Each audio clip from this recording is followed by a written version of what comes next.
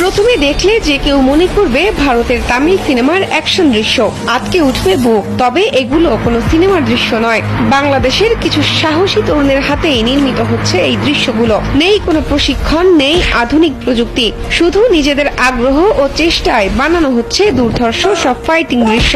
নিজেরাই পরিচালক, অভিনেতা, নিজেরাই cameraman. Welcome to the show.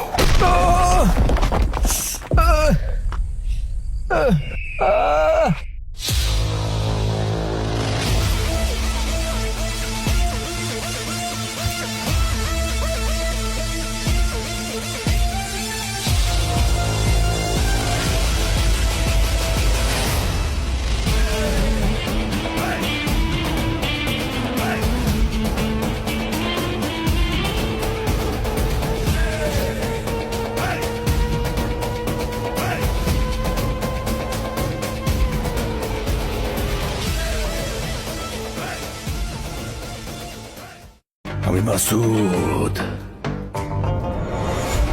সুরঙ্গ মাসুদ।